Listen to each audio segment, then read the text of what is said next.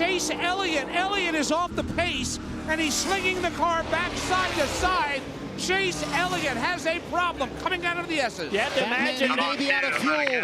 Alan Gustafson said earlier, flip the switch. When you flip the switch, in reserve, we have 3 laps. They told him a moment ago, you have 2 laps, but obviously Chase Elliott out of fuel on the racetrack, needing a win at Watkins Glen or Daytona next week. Looks like it's going to be a must-win for sure at Chase Elliott at Daytona next Saturday night. He's going to come to a stop here in the middle of the bus stop. That's going to bring out a yellow as he can't get the car refiled. There's your caution. Big break for these cars on pit road, Steve.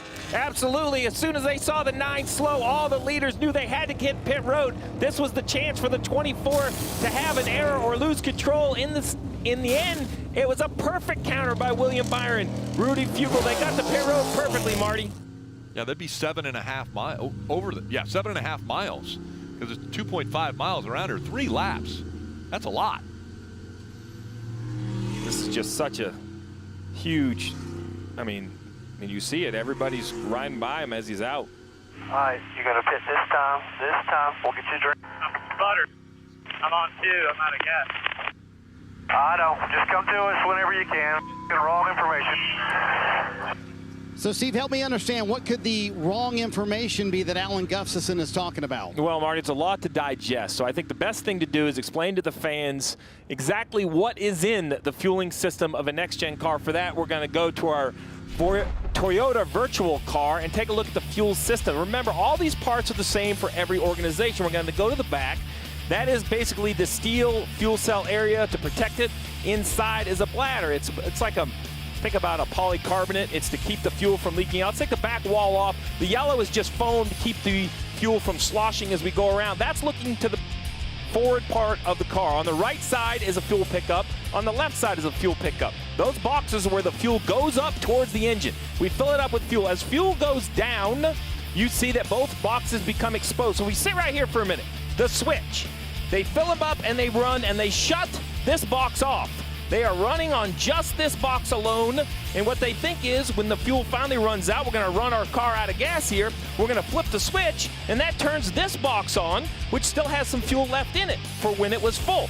That then feeds the engine. That's this, quote, reserve we all talk about. Now, some guys here at the road course might actually wire them the other way, since we're always turning right, but the simple idea is you have a box full of fuel to get you back to pit road. Now, the misinformation, Marty, to the whole crux of this has to be how far you can go. Just hit it. Just hit it. Copy. You'll pass me twice now. You're going to pit this time. This time, we'll get you a drink. Butter. Right side. Good.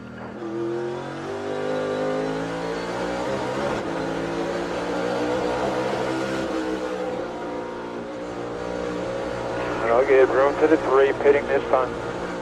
And do the best you can with it. Fuck it. That information. I'm on 2. I'm out of gas. I know. Just come to us whenever you can. It's fucking wrong information. Next car speed's coming out of 4. Coming hard left side. Got 3 of them. Clear behind the 54 here. I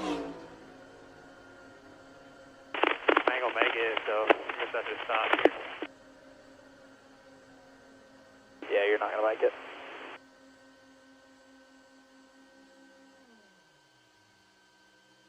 All right, caution's out here.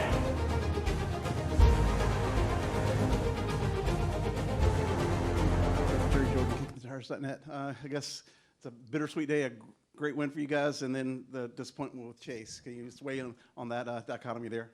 Yeah, that's sort of the agony sometimes of a 4-car team when one of them does so well. I mean, it has just an absolute flawless day, and I think with what William and the 24 and Rudy and that team did, it shows you that you just can't make any mistakes, right? You have to, these days more than ever, be flawless, and it means that the whole weekend's got to come together, from qualifying to restarts, pit road strategy, as well as pit stops and restarts, and those guys did it flawlessly. Unfortunately, we had some mistakes. I mean, the 48 was just off. I haven't really downloaded with them. They were off. I'm not sure how they lost some of the track position, but clearly, miscalculation with the 9 car, and that was huge.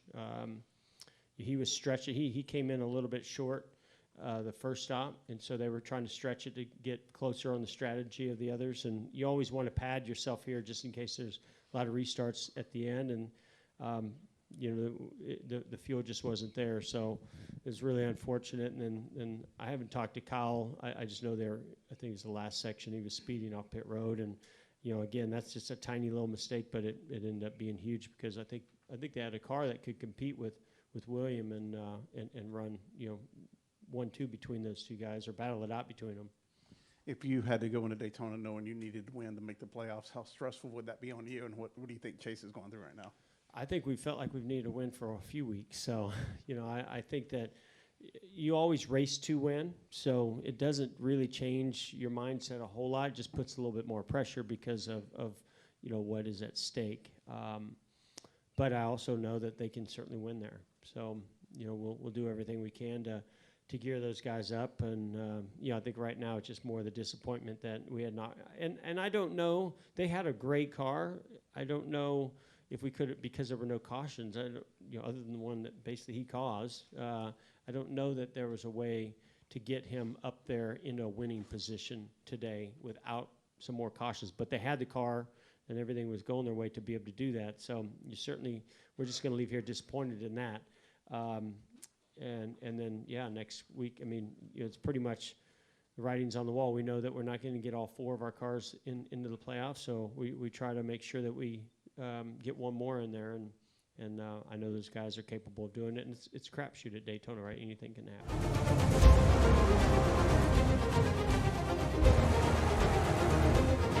Path, and we've seen so many these road courses go without cautions.